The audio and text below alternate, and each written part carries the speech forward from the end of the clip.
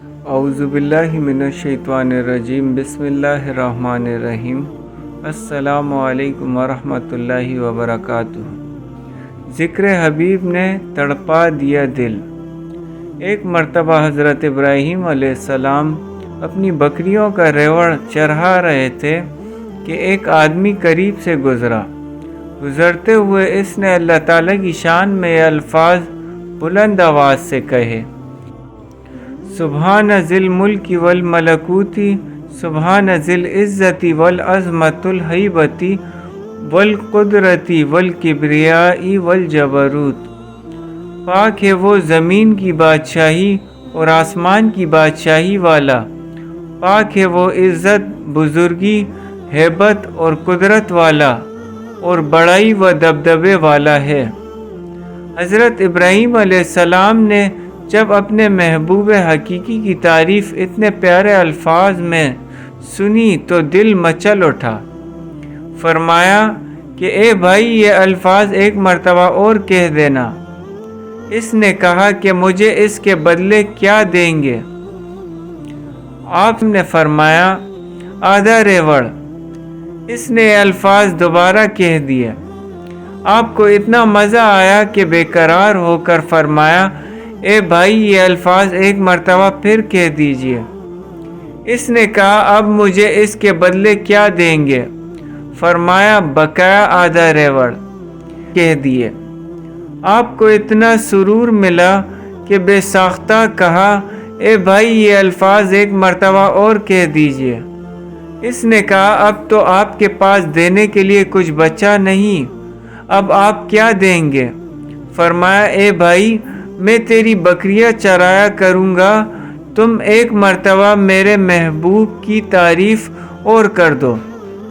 اس نے کہا حضرت ابراہیم خلیل اللہ، آپ کو مبارک ہو، میں تو فرشتہ ہوں، مجھے اللہ تعالیٰ نے بھیجا ہے کہ جاؤ اور میرا نام لو اور دیکھو کہ وہ میرے نام کے کیا دام لگاتا ہے۔ سبحان اللہ۔ اللہ پاک ہمیں ان باتوں پر سمجھ اور عمل کی توفیق عطا فرمائے۔ جزاک اللہ۔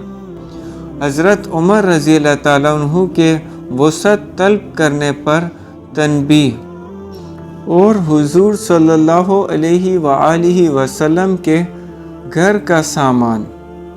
بیویوں کی بعض زیادتیوں پر ایک مرتبہ حضور اقدس صلی اللہ علیہ وآلہ وسلم نے قسم کھا لی تھی کہ 1 مہینے تک ان کے پاس نہ جاؤں گا تاکہ ان کو تنبیہ ہو، اور علیحدہ اور اوپر ایک حجرے میں قیام فرمایا تھا۔ لوگوں میں یہ شہرت ہو گئی کہ حضور صلی اللہ علیہ وآلہ وسلم نے سب کو طلاق دے دی۔ حضرت عمر رضی اللہ تعالیٰ عنہ اس وقت اپنے گھر میں تھے۔ جب یہ خبر سنی تو دوڑے ہوئے تشریف لائے۔ مسجد میں دیکھا کہ لوگ متفرق طور پر بیٹھے ہوئے حضور صلی اللہ علیہ وآلہ وسلم کے رنج اور غم کی وجہ سے رو رہے ہیں۔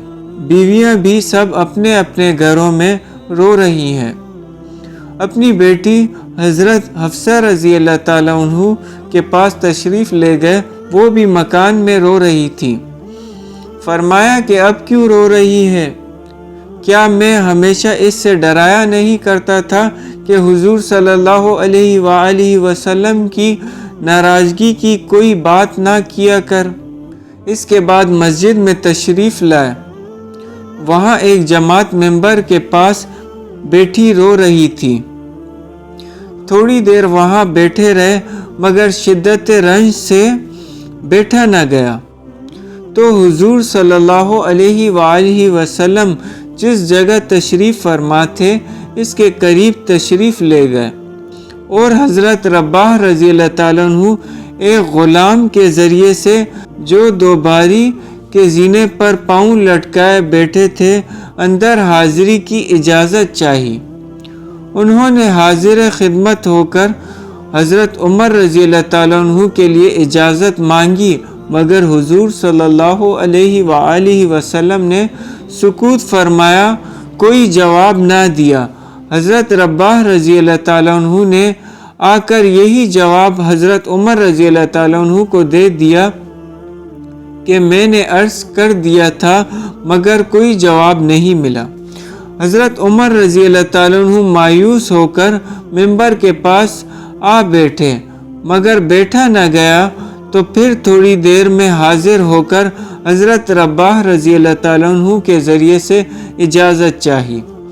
اس طرح 3 مرتبہ پیش آیا کہ یہ بےتابی سے غلام کے ذریعے اجازت حاضری کی مانگتے، ادھر سے جواب میں سکوت اور خاموشی ہی ہوتی۔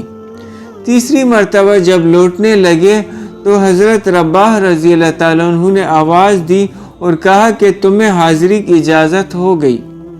حضرت عمر رضی اللہ تعالیٰ عنہ حاضر خدمت ہوئے تو دیکھا کہ حضور اقدس صلی اللہ علیہ وآلہ وسلم ایک بوریے پر لیٹے ہوئے ہیں جس پر کوئی چیز بچھی ہوئی نہیں ہے، اس وجہ سے جسم اطہر پر بوریے کے نشانات بھی ابھر آئے ہیں۔ خوبصورت بدن پر نشانات صاف نظر آیا ہی کرتے ہیں، اور سراہنے ایک چمڑے کا تکیہ ہے جس میں کھجور کی چھال بھری ہوئی ہے۔ میں نے سلام کیا اور سب سے اول تو یہ پوچھا کیا آپ نے بیویوں کو طلاق دے دی؟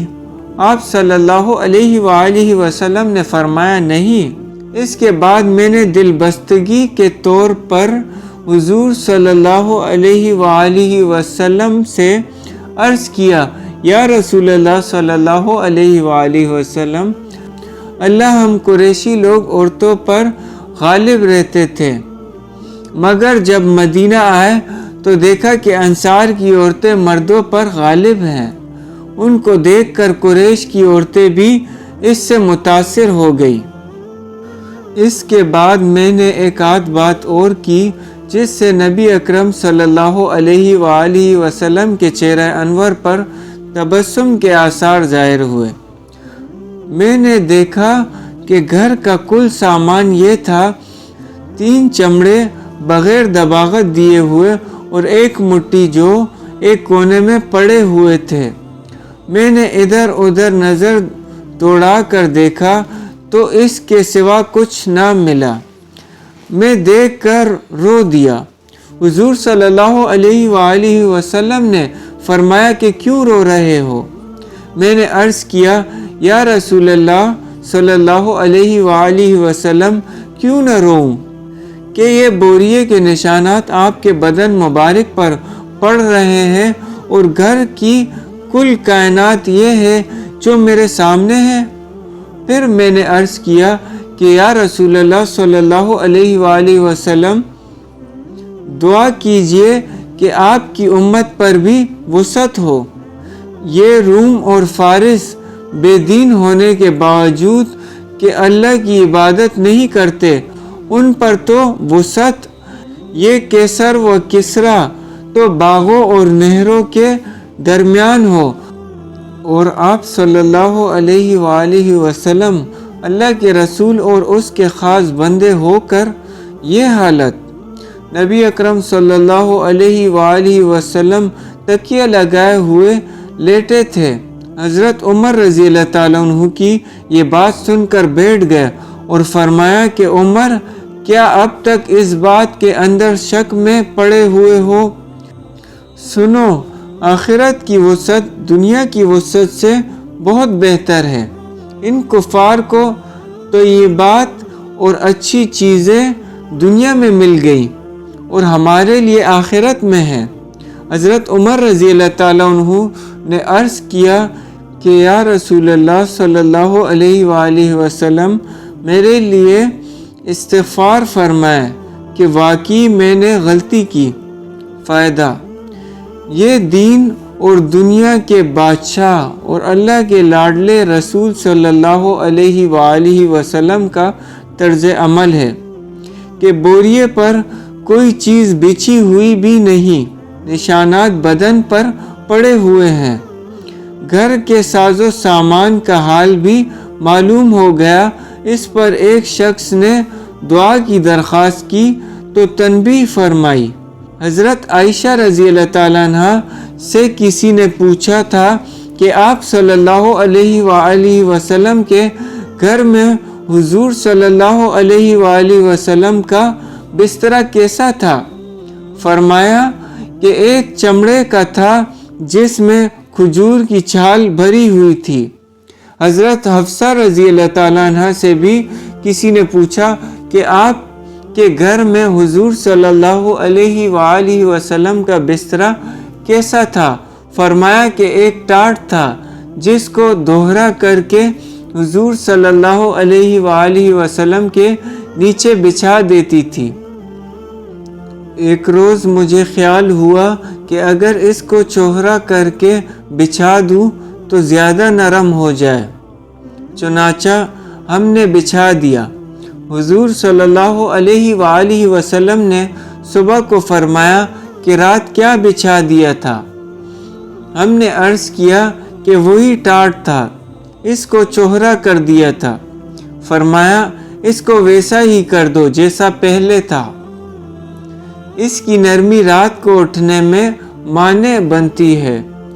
اب ہم لوگ اپنے نرم نرم روئے دار گدوں پر بھی نگاہ ڈالیں کہ اللہ نے کس قدر وسعت فرما رکھی ہے، اور پھر بھی بجائے شکر کے ہر وقت تنگی کی شکایت ہی زبان پر رہتی ہے۔ اللہ پاک ہمیں ان سب باتوں پر سمجھ اور عمل کی توفیق عطا فرمائے۔ جزاک اللہ۔